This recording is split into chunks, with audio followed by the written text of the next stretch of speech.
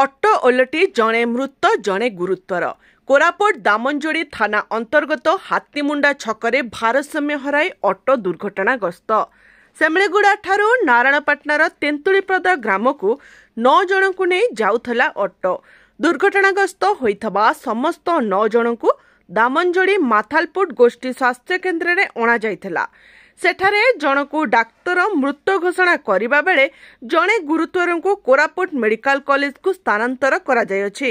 ଅନ୍ୟ 7 ଜଣଙ୍କୁ ପ୍ରାଥମିକ ଚିକିତ୍ସା କରି ଛାଡ଼ିଥିବା ଜଣାପଡ଼ିଛି। ଦାମନଯୋଡ଼ି ପୋଲିସ ଘଟଣାର ଅଧିକ ତଦନ୍ତ କରିବା ସହ ଏକ ଅପମୃତ୍ୟୁ ମାମଲା ରୁଜୁ କରିଛି।